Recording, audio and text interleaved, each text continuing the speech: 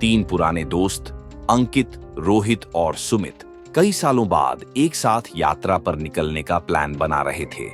College के दिनों में ये तीनों जंघई के रहने वाले थे, लेकिन पढ़ाई के बाद अंकित प्रयागराज में बस गया, रोहित बनारस में और सुमित अभी भी जंघई में ही था।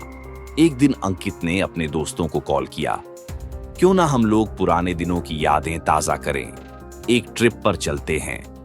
सभी ने खुशी खुशी हाँ कर दी, लेकिन ये ट्रिप कोई आम ट्रिप नहीं थी। सुमित ने बताया कि जंघई के पास एक पुराना सुनसान मंदिर है जहां कोई नहीं जाता। उसने गांव के बुजुर्गों से सुना था कि वो जगह श्रापित है। अरे, वो सब पुरानी कहानियां हैं, हमें वहां चलना चाहिए, रोहित ने मजाक में कहा। अंकित ने भी हामी भर दी और तय हुआ कि तीनों वहां रात में जाएंगे। अगले दिन शाम को तीनों जंघई पहुंचे। सुमित ने उन्हें बताया कि मंदिर जंघई से कुछ किलोमीटर दूर एक घने जंगल में है। गांव वालों का कहना था कि वहां एक पुरानी आत्मा का वास है जो रात में जागती है। तुम लोग डरोगे तो नहीं? सुमित ने हंसते हुए पूछा। हम प्रयागराज और बनारस के लड़के हैं, हमें क्या डर, अंकित ने मजाक में कहा। रात के 11 बजे तीनों टॉर्च लेकर जंगल की ओर निकल पड़े। जैसे जैसे वे मंदिर के करीब पहुंचे, पेड़ों के झुरमुट से अजीब सी आवाजें आने लगी। हवा में अजीब सी ठंडक और बदबू महसूस हो रही थी। अंत में वे मंदिर के सामने पहुंचे। मंदिर बेहद पुराना था, उसकी दीवारें टूटी हुई थीं और उस पर बेलें लिपटी हुई थीं। एक पुराना घंटा हवा में हिल रहा था, लेकिन उसके टकराने की आवाज कानों में अजीब सी सनसनाहट पैदा कर रही थी। अंकित ने आगे बढ़ते हुए कहा, चलो अंदर चलते हैं। जैसे ही वे मंदिर के अंदर घुसे, वहां का माहौल और भी डरावना हो गया। दीवारों पर अजीब अजीब चिन्ह बने थे और मंदिर के बीचों बीच एक पुरानी मूर्ति रखी थी जिसके चेहरे पर दरारें थीं। तभी रोहित की टॉर्च फड़कने लगी और कुछ देर बाद बंद हो गई। तभी एक धीमी खरखराती आवाज गूंजने लगी, तुमने मेरी नींद क्यों तोड़ी? तीनों दोस्त चौंक कर एक दूसरे की ओर देखने लगे। आवाज मंदिर के अंदर गूंज रही थी, लेकिन वहां कोई दिखाई नहीं दे रहा था। अचानक मूर्ति के पीछे की दीवार से एक काली परछाई निकलने लगी। उसकी आंखें अंगारे जैसी लाल थीं और उसके लंबे उलझे बाल जमीन तक लटक रहे थे।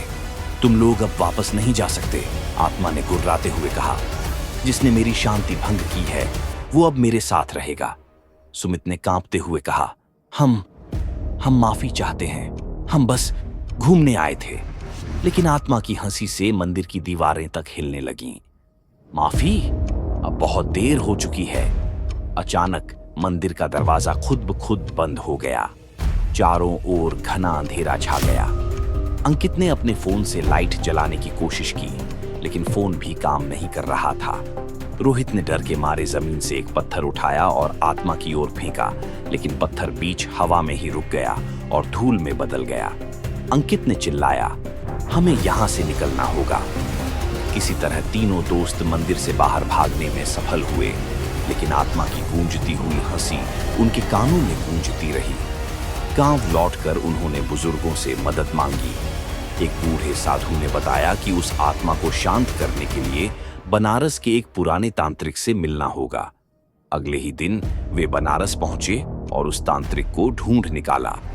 तांत्रिक ने उनकी बात सुनते ही गंभीरता से सिर हिलाया। तुमने बहुत बड़ी गलती की है। वो आत्मा साधारण नहीं है, वो त्रिकोणीय शक्ति से जुड़ी है। प्रयागराज, बनारस और जंघई के त्रिकोण में उसका वास है। तांत्रिक ने उन्हें एक विशेष पूजा करने की सलाह दी, लेकिन चेतावनी दी कि अगर पूजा असफल हुई तो आत्मा उनके जीवन भर का पीछा करेगी। अगली रात तीनों दोस्त तांत्रिक के साथ वापस उस मंदिर में पहुंचे। तांत्रिक ने मंत्र पढ़ने शुरू किए और मंदिर के चारों ओर एक सुरक्षा घेरा बनाया। लेकिन जैसे जैसे मंत्र तेज होते गए, आत्मा और उग्र होती गई। मंदिर की दीवारें हिलने लगीं और आत्मा ने चीखते हुए कहा, तुम मुझसे नहीं बच सकते। अचानक आत्मा ने सुमित को अपनी चपेट में ले लिया।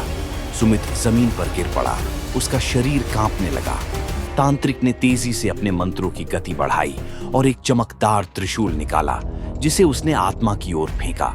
एक तेज रोशनी के साथ आत्मा चीखते हुए गायब हो गई। सब कुछ शांत हो गया, लेकिन सुमित बेहोश पड़ा था। अंकित और रोहित उसे उठाकर बाहर ले गए। सुमित की धड़कनें धीरे धीरे वापस आने लगीं, लेकिन उसकी आंखों में अब भी वो डर साफ झलक रहा था। कुछ हफ्तों बाद तीनों दोस्त अपने अपने शहर लौट गए। सब कुछ सामान्य लग रहा था, लेकिन एक रात अंकित प्रयागराज में अपने कमरे में सो रहा था जब उसने अपनी खिड़की पर दस्तक सुनी। उसने धीरे से पर्दा हटाया और वहां वही आत्मा खड़ी थी, लाल आंखें चमक रही थी। मैंने कहा था तुम मुझसे नहीं बच सकता है,